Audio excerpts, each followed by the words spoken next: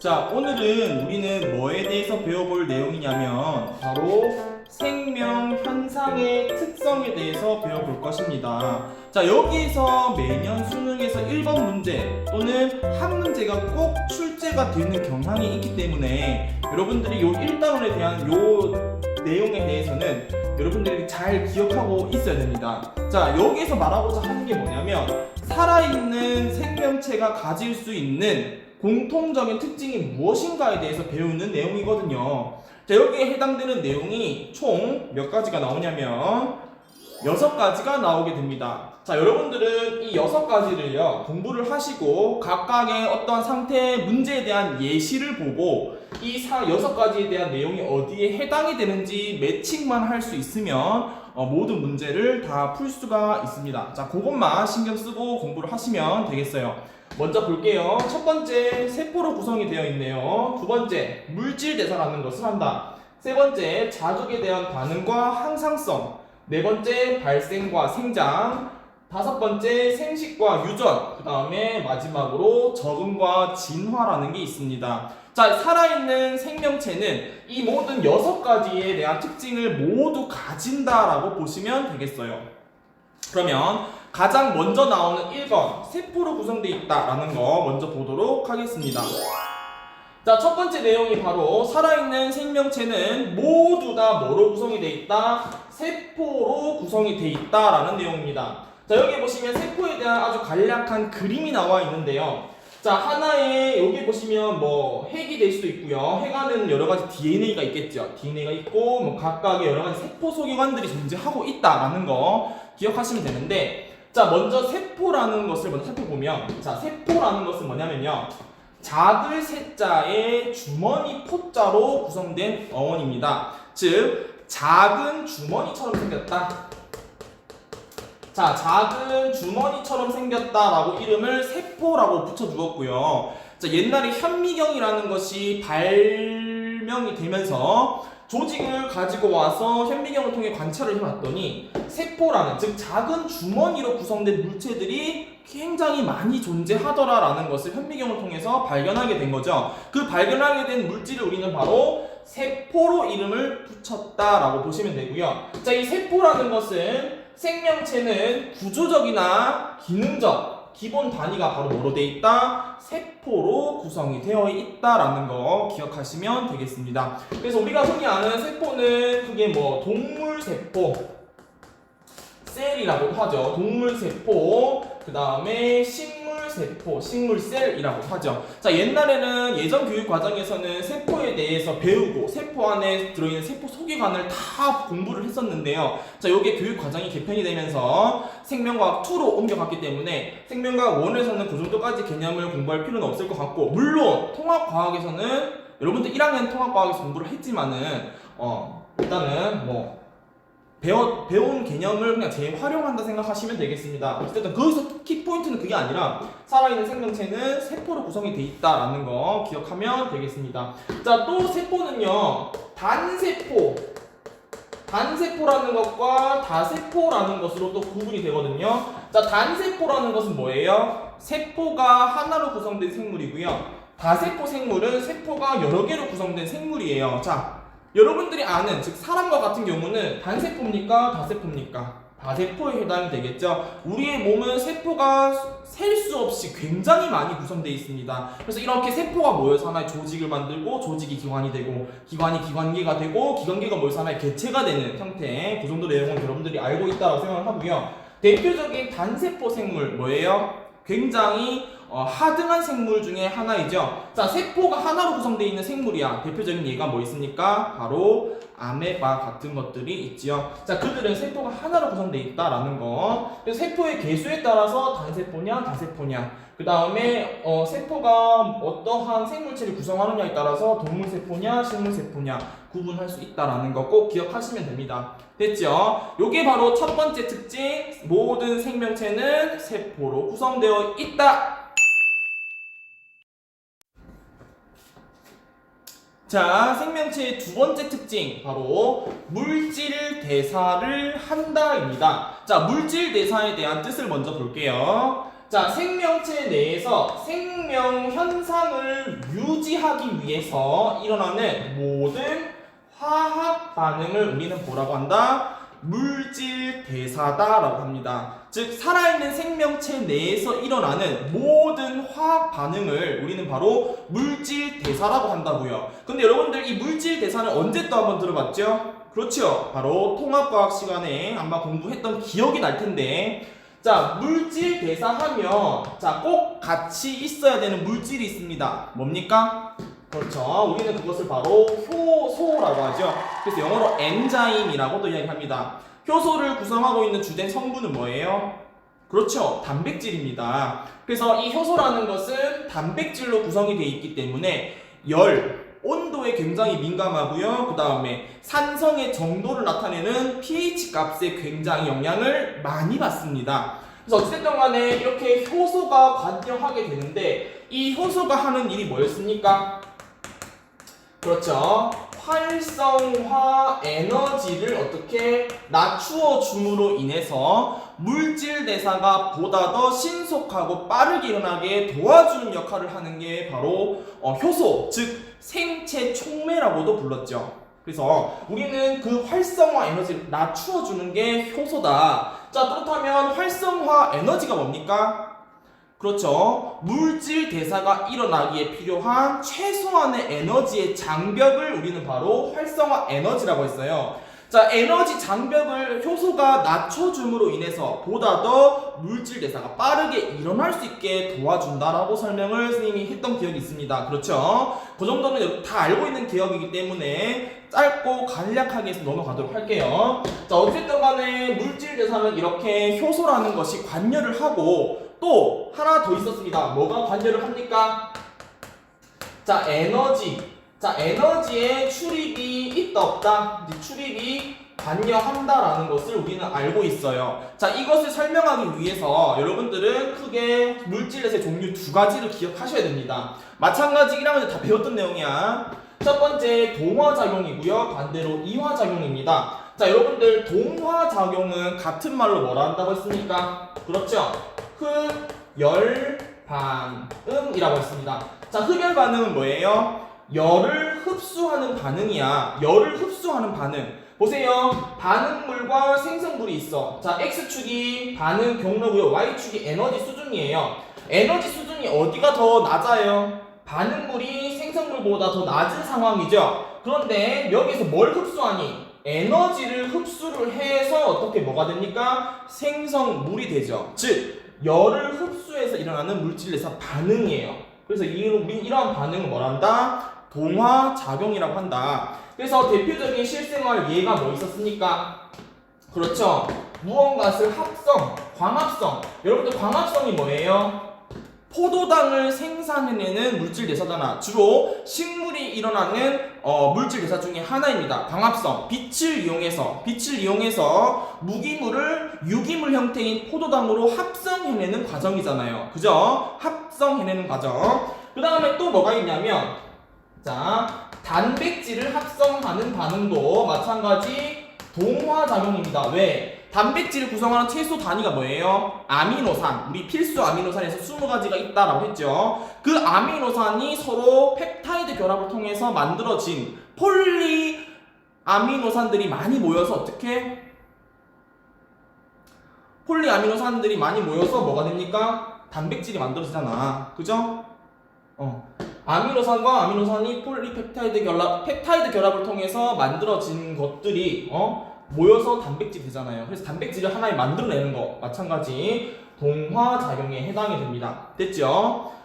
자, 그 다음에 반대로 이화작용입니다. 자, 이화작용은 같은 말로 뭐예요? 그렇죠. 발열 반응이라고 합니다. 열을 발산해내는 반응이야. 에너지 수준을 보시면 반응물이 생성물보다 에너지 수준이 더 높아요. 즉 반응물이 생성물로 되는 과정 속에서 뭐가 방출이 되는 거예요? 에너지, 열을 발산해내는 거야. 자, 대표적인 거 얘 뭐 있습니까? 그렇죠. 바로 세포호흡이라는 게 있었어요. 자, 세포호흡은 뭐예요? 포도당을 이산화탄소로 쪼개는 반응. 세포호흡은 포도당을 이산화탄소로 쪼개는 반응이에요. 그죠? 미토콘드리아에서 대표적으로 일어나는 반응이면서 포도당을 이용해서 에너지를 생성해내는 반응입니다. 우리는 이것을 세포호흡이라고 하고요. 그 다음에 또 하나 있잖아. 뭐 있습니까? 여러분들이 밥 먹고 일어나는 거 소화가 있죠. 소화. 자, 소화는 소화의 의미가 뭐예요? 커다란 물질을 우리가 음식물을 통해서 섭취를 하게 되면 그것을 이제 각 소화기관을 거쳐서 소화 효소로 인해서 분해가 되잖아요. 잘게 분해되는 과정을 우리는 바로 소화라고 합니다. 소화 또한 마찬가지 굉장히 에너지 수준이 높은 반응물이 에너지 수준이 낮은 생성물 형태로 쪼개지는 거니까 이화작용에 해당된다라고 보면 됩니다. 그래서 여기에서 여러분들이 알아야 되는 건 뭐냐? 자, 물질 대사라는 것은 크게 종류가 동화와 이화로 구분이 되고 이 그래프를 통해서 보고 어느 게 동화인지 어느 게 이화인지 여러분들이 찾아낼 수 있어야 됩니다. 그리고 각 동화작용 또는 이화작용에 해당되는 대표적인 예들이 뭐가 있는지 여러분들이 한번 유심히 공부해 볼 필요가 있어요. 그래서 여러 문제집을 풀다 보면 각종 다양한 예들이 있는데 그 예가 동화인지 이화인지 매칭할 수 있는 연습을 하셔야 됩니다. 아시겠죠? 자, 여기까지가 두 번째 특징 물질 대사입니다. 물질 대사 굉장히 중요해요. 자, 세 번째는 무슨 개념일까? 넘어가 보겠습니다. 자, 세 번째는 바로 자극에 대한 반응입니다. 살아있는 생명체는 자극에 대해서 반응을 한다라는 거예요. 누군가가 나를 때리면 내가 아픔을 느끼고 거기에 대해서 반응을 하죠. 살아있는 생명체는 다 그렇다는 거야. 하지만 살아있는 생명체가 아닌 비생명체는 내가 어떠한 자극을 가해도 반응이 있다 없다? 없잖아요. 자, 그 의미입니다. 별로 어렵지 않아요. 거기에 대해서 이제 항상성이라는 개념이 나오는데요. 항상성의 뜻은 뭐냐면, 자, 항상 일정하게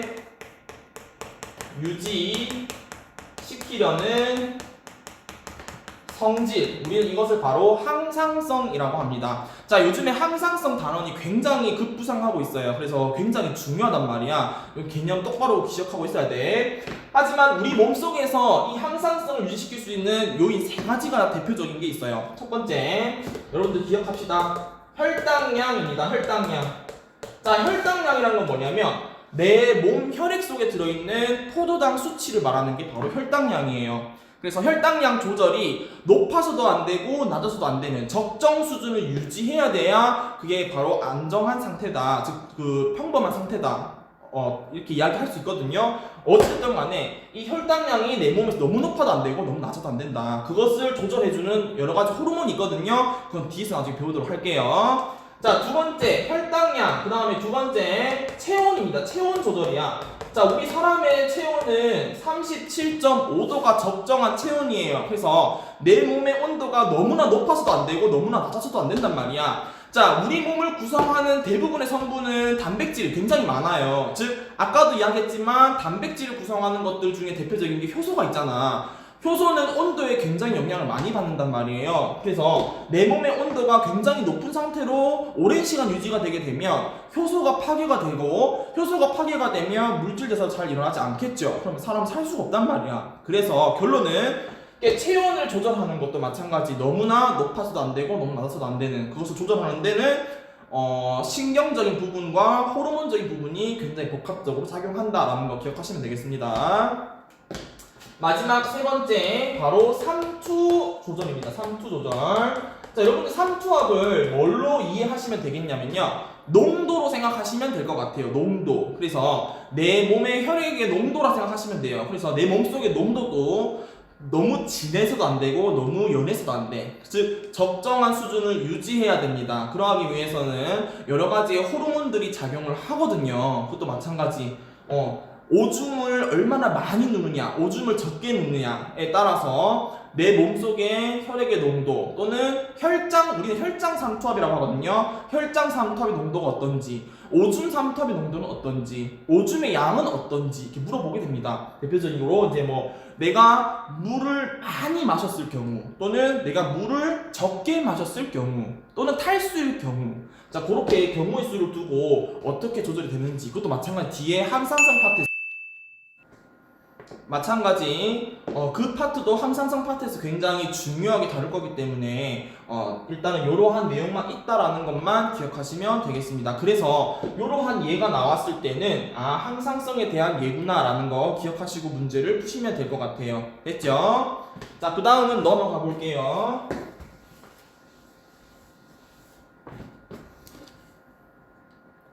자, 그 다음은 나오는 게 바로 뭐냐면 발생과 생장이라는 거예요. 자, 여러분들 발생이 뭘까? 발생. 자, 발생이라는 것은 여러분들 정자와 난자와 만나게 되면 하나의 뭐가 만들어져요? 그렇죠. 바로 수정란이 만들어집니다. 자, 그러면 이 정자와 난자가 만나서 만들어진 하나의 수정란이 자, 개체가 되는, 완성되는 개체가 되는데 거기까지의 과정이 바로 우리 뭐라고 한다? 발생이라고 합니다. 그래서 발생 과정, 나중에 발생학이라고 해서 나중에 대학교 가시면 관련 학과를 가시게 되면 발생학에 대해서 쭉 배우게 되는데요. 굉장히 재밌습니다. 어쨌든 간에 하나의 수정란이 개체가 되는 그 과정 전체를 우리는 발생 과정이다라고 이야기를 해요. 그래서 보통은 이제 예로 뭐를 많이 드냐면 개구리를 예로 많이 듭니다. 개구리. 자, 개구리 알이 있죠? 자, 정자와 난자가 수정된 개구리 알이 있어요. 그 개구리 알이 어떻게? 올챙이가 되고, 그 다음에 개구리가 되는, 완전체의 개구리가 되는 요 전체의 과정을 뭐라고 한다? 발생이라고 합니다. 발생. 됐죠? 자, 그러면 생장이라는 건 도대체 뭐예요? 자, 생장은 이 완성된 개체, 즉, 작은 개구리가 굉장히 큰 개구리로 성장하는 개념을 우리는 바로 생장이라고 합니다. 그래서 이 생장을 할 때는 꼭 무슨 분열을 해야 될까? 개체의 크기가 커지기 위해서는 세포의 수가 많아져야 돼요. 자, 세포의 수가 많아지기 위해서는 어떠한 분열을 해야 되죠? 그렇죠. 체세포 분열을 해야겠죠. 그래서 이 체세포 분열을 동반해서 완성된 개체의 크기가 더 증가되는 것을 우리는 바로 생장이라고 봅니다. 그래서 이 발생이라는 것과 생장이라는 것을 이렇게 같이 묶어가지고 공부를 해놓으시면 될 것 같아요. 대표적으로 개구리를 예를 많이 들거든요. 개구리 까먹지 말고 발생과 생장, 살아있는 생명체는 생장, 발생 모두 거치게 된다라는 거 기억하시면 되겠습니다. 자, 마찬가지 그럼 사람을 예를 들게요. 우리 엄마의 자궁 속에서 아빠의 정자와 엄마의 난자가 만나 수정된 수정란이 자궁에 착상을 하게 되면 그 착상된 수정란 자체가 태아가 되기까지 그 과정이 뭐라? 발생이라는 거예요. 그러면 엄마가 그 태아를 낳고 나서 그 태어난 아기가 이 커가는 과정 자체를 뭐라 한다고요? 생장이라고 한다고요. 됐죠? 자, 다섯 번째는 바로 생식과 유전입니다. 자, 생식이라고 하면 뭐예요? 뭔가 생식이라고 하면 엄마의 난자와 그다음에 아빠의 정자가 만들어지기까지의 과정, 그리고 그게 만나서 하나의 수정이 되기까지의 과정을 우리는 생식이라고 합니다. 그래서 여러분들이 이 생식하면 아셔야 되는 게 바로 무성생식과 그다음에 유성생식을 조금 기억하셔야 돼요. 자, 먼저 유성생식을 볼게. 성이 있는 생식이야. 즉 우리 사람과 같은 생식이라는 거죠. 남자가 만들어내는 생식세포 정자, 여자가 만들어내는 생식세포 난자, 각각 무슨 분열을 통해서 생식세포 분열, 즉 감수분열이라는 것을 통해서 생식세포를 만들잖아요. 그 생식세포를 이용해서 자손을 형성하는 그 과정, 그게 바로 유성생식이고요. 자, 무성생식은 뭐예요? 성이 없는 생식이에요. 성이 없는 생식. 자, 굳이 정자, 난자, 생식세포 분열할 필요가 없다는 거야. 대표적으로 효모 있죠? 효모 같은 경우는 출합법이라고 해서 자신의 일부 조직을 떼어내서 그게 세포 분열을 통해서 자신과 똑같은 개체가 만들어지는 분열법, 생식 형태를 말하거든요. 자, 그러한 것처럼 굳이 난자, 정자가 없이도 생식이 가능한 방법을 우리 무성생식이라고 합니다. 굉장히 보통 하등한 생물들이 주로 하는 생식 형태를 우리 무성생식이라고 합니다. 그래서 그것을 조금 비교하시면 되겠고요. 자, 유전은 뭐예요? 부모가 가지고 있는 유전 형질을 자손에게 전달하는 것을 우리 유전이라고 해요. 그래서 굉장히 어려운 단원에도 하나에 속하기도 하죠. 그 유전에 대해서도 마찬가지. 유전 그래서 그 유전 물질 또한 마찬가지 DNA 속에 들어있고 그 DNA 속에 있는 것들이 염색체가 돼서 염색체의 형태로 자손에게 전달을 돼서 전달된 그 염색체 안에 들어있는 유전 정보가 발현이 돼서 하나의 형질을 만들어내는 그게 바로 유전이죠. 부모의 형질을 자손에게 전달하는 과정, 그게 바로 유전입니다. 그래서 생식과 유전을 조금 기억하시면 될 것 같아요. 됐죠? 어렵게 생각하지 말고 살아있는 생명체는 생식도 하고 유전도 할 수 있구나 라는 거 기억하시면 됩니다. 마지막입니다. 6번째, 적응과 진화예요. 자, 적응과 진화라는 개념은 명확하게 구분하기는 조금 그래. 옛날에는 구분을 해서 물어보기도 했었는데 요즘에는 잘 구분해서 물어보지는 않습니다. 왜냐면 개념이 모호하거든요. 그런데 어떻게 엄밀하게 구분을 하자면 시간적으로 구분을 합니다. 적응이라는 것을 조금 보다 더 짧은 시간, 진화는 굉장히 오래된 시간에 걸쳐서 만들어진 것을 진화라고 합니다. 대표적인 예를 들면 선인장을 예를 들 수 있어요. 자, 선인장의 가시는 원래는 잎이었거든요. 원래 상태는 잎처럼 넓은 상태였어요. 그런데 선인장이 살고 있는 환경 상태가 굉장히 고온 건조한 환경이잖아요. 그래서 그 고온 건조한 환경 속에서 살아남기 위해 자신의 수분을 빼앗기지 않기 위해서 표면적을 줄이게 됨으로써 어떻게 잎이 정말 뾰족한 가시의 형태로 표면적으로 완전히 줄인 가시의 형태로 오랜 시간 동안 적응을 하다 보니 가시의 형태로 진화를 이루게 된 거예요. 결론은 적응과 진화는 굉장히 뗄래야 뗄 수 없는, 즉 시간 차이를 두고 적응을 통해서 그 적응이 오랜 시간을 거쳐서 하나의 진화가 됐다라고 보시면 되겠습니다. 그래서 적응과 진화 꼭 기억하셔야 돼요. 그러니까 다양한 문제풀이를 통해서 관련된 예들을 많이 살펴보셔야 됩니다. 뭔 말인지 알겠죠? 자, 이렇게 보시면요, 여태까지 지금 한 개의 내용이 나오는데, 자, 요것만 꼭 기억하시면 돼요. 요 6가지. 살아있는 생명체는 이 6가지에 대한 특징을 모두 가지고 있다. 그리고 이 6가지에 대한 특징에 관련된 예시들을 여러분들이 예시들을 보고 각각 매칭만 할 수 있으면 되겠고요. 자, 실질적으로 가장 많이 물어보는 파트는 이 물질 대사 파트랑 그 다음에 이 항상성 파트에서 굉장히 많이 물어본다는 사실 기억하시고, 자, 오늘 강의는 이렇게 마치도록 하겠습니다. 자, 복습 꼭 하시고요. 6가지에 대한 예시들 꼭 한번은 찾아보시길 바랍니다. 안녕.